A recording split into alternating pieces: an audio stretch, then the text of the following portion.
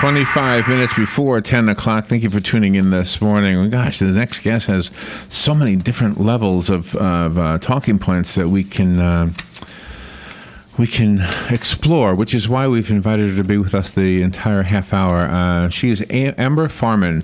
She's a survivor of breast cancer. She's the CEO of her own company. It sounds like she's been a do-it-yourselfer for a long time. She's an avid reader, a very talented writer. In addition to the book we're going to talk about, she blogs, and I'm not really sure if there are any other books, but she'll let us know. She's the founder of an international humanitarian group connecting North American families with service projects in developing countries. We were just kind of talking about that a little while ago with the entrepreneur expert. And this book is called Farewell, My Loves. Can a Mother's Love Run Deeper Than Life Itself? It's a novel, but it really touches on a lot of real important human issues. Amber, good morning, Amber. How are you? I am great. Thanks for having me. Thank you for being on the air with us. Where are you today? Where are you calling from? Northern California, so it's a little early for us here. Early? And is it cold up in Northern California? The weather's been beautiful this weekend. Like, we can't complain. It's almost 80 degrees. Really? So I'm familiar with Southern California, but when I look at pictures, I have friends in San Francisco. Are you in San Francisco? Sacramento. Okay. But there's palm trees in San Francisco. I was surprised to see that. I don't know. It's a kind of crazy observation. But. Oh, yeah. There's palm trees even in Sacramento. Yeah. Is that right? See, I just didn't think that. It seems like it's too far north. But anyway, well, good morning. Thank you for being with us today. Thank you. How are you? You have a goat? I'm fabulous. It says you have a goat. Yes. I do have. I actually have a goat, 2 little horses, a pig. I have a pig. You have a pig? Yeah. What's the goat's name? Totes me goats. Totes me goats. Yes. I love that. Thank you for being on the air. This is some personal stuff in here. You survived breast cancer. How long have you been cancer-free? 6 years this coming March. Well, good for you. Yeah. Good for fantastic. you. Do you know there was a story just toward the end of last year that said that anybody who is under 50 right now that gets diagnosed with cancer for the first time, chances are they will survive it. Mm-hmm. I don't know how true that is, and I'm guessing there are exceptions to that, but I guess scientists, the medical people, are getting more optimistic about survival rates. That's fantastic. That's really great. My doctors have been great with me, and they think that I'll live a very long life. So let's talk about your bathtub. Let's see. It says here you were taking a bath and you had. Well, this happens to me all the time too. Yeah. Not that you want to picture me in the bathtub, but it is funny that we go into the water. Whether it's for me, it's a shower. I don't ever take a bath, but you suddenly get this like brainstorm. Is that what happened to you? It totally did. I was taking a bath, not thinking of anything. I have 4 kids. They were young at the time. I just wanted to do some quiet. And in that bath that one night, this story idea flashed through my mind. I saw the beginning. I saw the end. I didn't quite see the middle. But I remember, like a lunatic, crazy woman here, jumping out of my bathtub. I had just put my kids to bed, so I'm running down the hallway, dripping naked, wet, running. Oh, you could have kept naked in there. I don't mind. He's very visual. Yeah. I'm running down the hallway, and I'm like whispering, yelling, because my kids are sleeping. I have it. I have my story, and my poor husband is like, "What the heck? What is going on? You are crazy." But I started writing that night. Did you put your clothes on? Yeah, I think I did. I actually put some clothes on. So the idea, did the idea happen before or after you were diagnosed with cancer? Before I was diagnosed. So my story idea was about a mom who got cancer, who was terminally ill. And so this was 2 years before I started writing Farewell, My Love. And then go figure, 2 years later, after I had the characters developed and written, I was diagnosed myself. Wow, isn't that crazy? You're probably too young to remember the John Denver song called "Sunshine on My Shoulders," but I know the song. Yeah. But there was a movie that was from, I think it was a made-for-TV movie. And in the movie storyline, there was a girl who had cancer in her leg and chose to die rather than have the leg amputated. Wow. And, Interesting. And the guy was, I think the guy was one of the Bridges sons. Like one of the guys that's now creepy, but... Jeff Bridges. But anyway, he's basically saying to her, you know, no, I don't. I'll still love you if you don't have a leg. He was pleading with her to have the leg removed and live, but she chose to die instead. It was kind of weird. You have a lot of different scenarios in your book, and you bring up polyamorous relationships. Yes. What exactly is that? So polyamory relationship is just falling in love really with someone else. Loving more than one person at a time. And, you know, can that happen? Does that happen? And absolutely it happens. You know, a lot of people are having affairs or sneaking around on people. But in my book, my characters actually just were kind of open with some really hard questions. And when you're facing your own death, you know, a lot of your rules out the way you wanted to or thought you had to live your life kind of go out the window. Oh, yeah. When you know that when you know your end is coming, you want to live just for you. So that is in my book, some questioning of that. And can you love someone so much that you can even share them? Amber, today's President's Day, and we have a trivia game we're going to play later on. And when I was putting it together, I was surprised how many presidents had more than one. Like there was a first lady, and then there was others. Like way more. I mean, for some reason we went berserk over Monica Lewinsky, but apparently we've had this all throughout our history. Well, yes, I think. You know, I don't know. We're mammals, and you know, I think we need to talk more about it. You know, I think that it's just maybe. Well, what are you doing later on? Because I'm just looking at you. He'll fly over in his Lear. Fly over to Florida. Yeah. I'm teasing.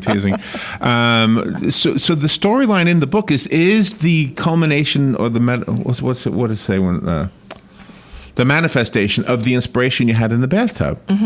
It is. It really is. Wow. It just turned out to be a little bit different. You know, I had to stop writing for a while. Honestly, I was freaked out. I thought I had written my own destiny at one point. Yeah, that's what I was wondering if you wondered. Yeah, and I still do a little bit. You know, I'm doing great health-wise, but even if I did write my own destiny, I feel like through my characters, through their journey, through my journey, writing them, I faced my death. I'm not scared to die anymore, and I'm living for me now, only me, and I love my life more than I've ever thought I could love it right now. And you still have your children, though. You do have to live for them, but it's very important to put yourself high. No, absolutely. When I say I live for me, I'm also just saying like I know who I am as a person. I know how I am as a mom. I love with all my heart. So I don't care as much, and I'm not living for the standards of others, if that makes sense. No, of course, As a mom, they're my first priority. I love them so much. That's beautiful. And even in the teen years, I am enjoying it. Oh, that's wonderful. Do you know, we live in a society where everything is rewindable. You know, you can edit things and fix them. And in the real world, that doesn't happen. When somebody dies, you can't turn back the clock. You can't do anything. I mean, we live in the social. The way it is right now, you get this feeling like, well, I can fix that. I can make that better. But you can't. Once you've done something, you've done it. Or had something happen to you. And when people drive crazy down the road, I think to myself, do they think that if they get in a wreck, it's just a matter of rewinding the tape and they can do it again? Yeah, exactly. I don't know. Right. Yeah, and that's a really good point. I mean, you have to think about that every single day. Like, I know there's those songs that sound so cliche, you know, but what if I die tomorrow? You know, what if I die? But there is some truth to that, you know, and really saying the things you want to say to people and You're a doing deep the things thinker. you want to do. I'm a deep thinker. Sometimes cancer does that to a person. No, well, can I challenge that and say you probably were a deep thinker even before cancer? I'm guessing. No, it's true. Yeah, I was. I've always been asking questions, and yeah.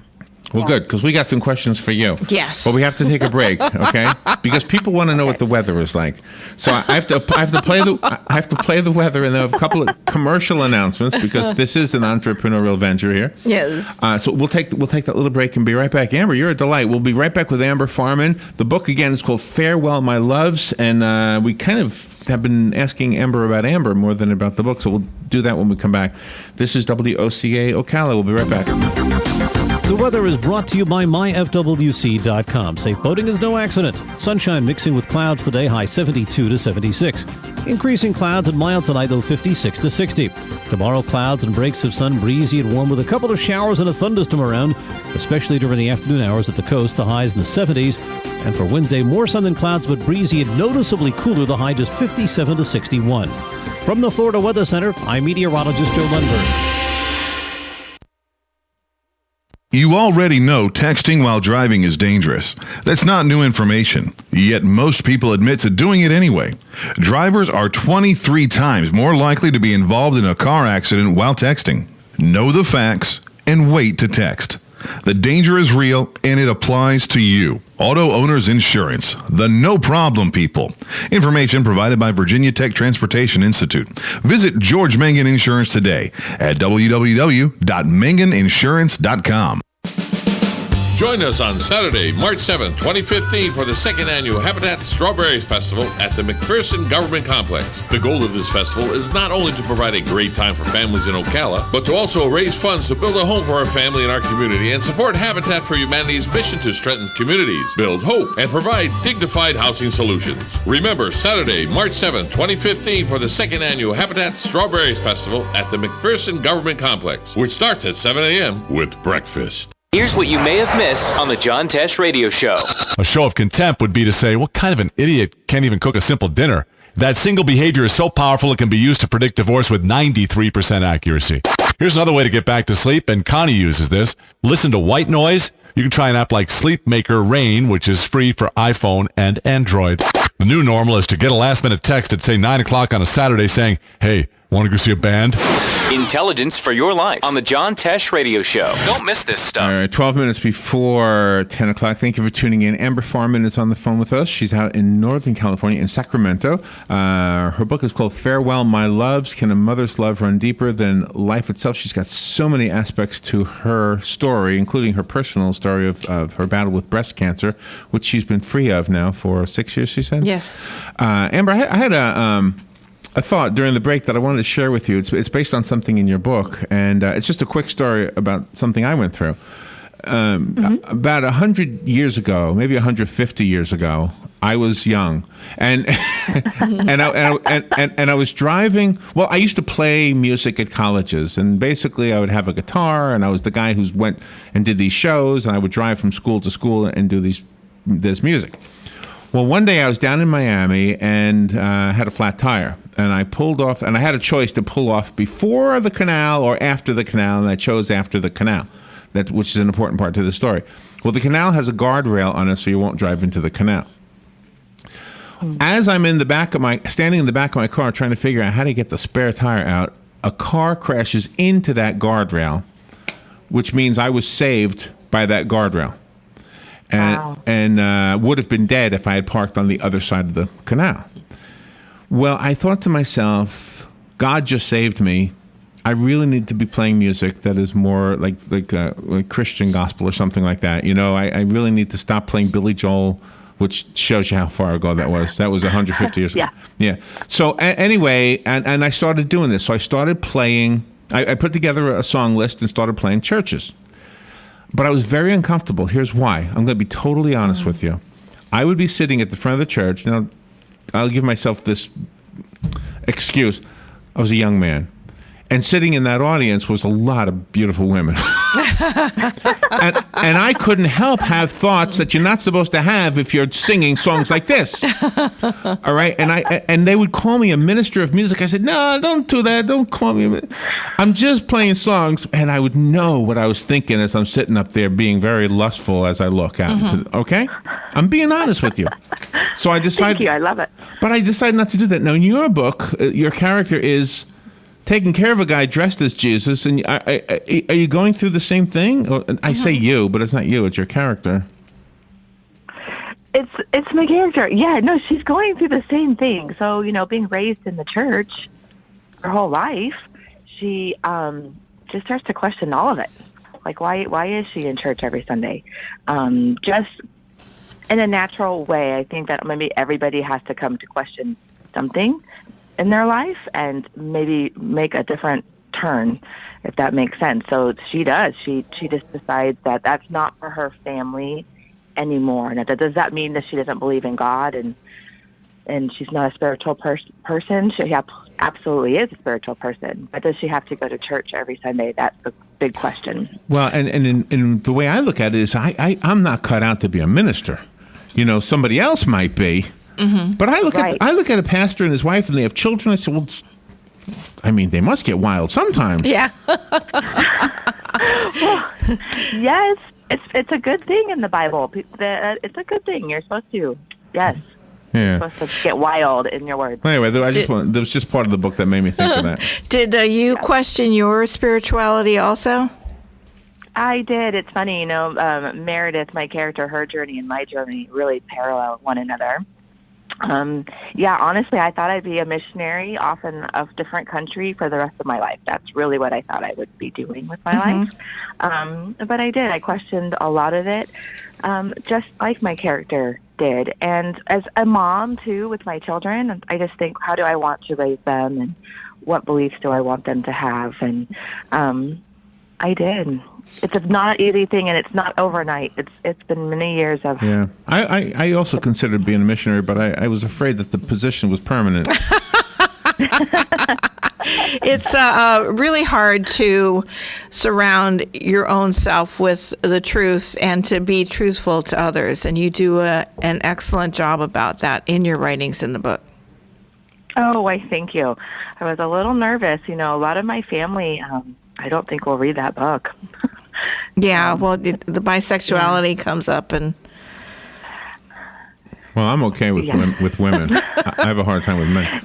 It's very well written. I just wanted my characters to be true to themselves, and put in different situations, and honestly, what would they do? And I honestly, as the writer, I didn't see that coming either. To be honest, sometimes when you write a story, you're not sure exactly where it's going, but. Yeah, not to scare anybody off, but I just felt like it was natural. It was part of their journey and their questioning life and embracing themselves, their authentic self. Do you know what's weird? When you look back at your life, the things that you kind of hated doing or the things that you were reluctant to do somehow contribute to what you do now. Mm-hmm. Is that your experience too? Oh, absolutely. Yeah, absolutely. Especially, I'm kind of night and day from what I was younger and where I am now, which is normal for everybody. I'm only 37. I'm sure I'll be a completely different person in 10 years.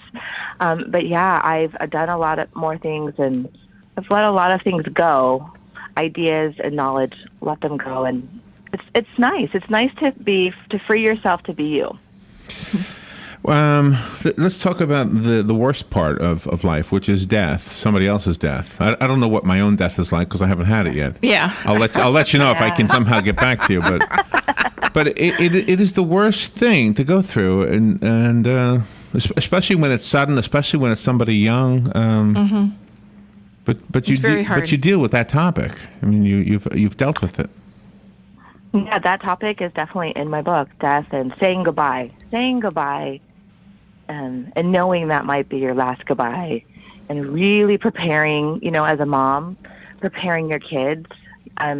There's a woman that has been writing me recently, and, she may very well soon have to face that moment. And, and it's a very hard thing we don't want to think about, or we think about it someone else, which is death is happening to someone else, or someone else is getting cancer.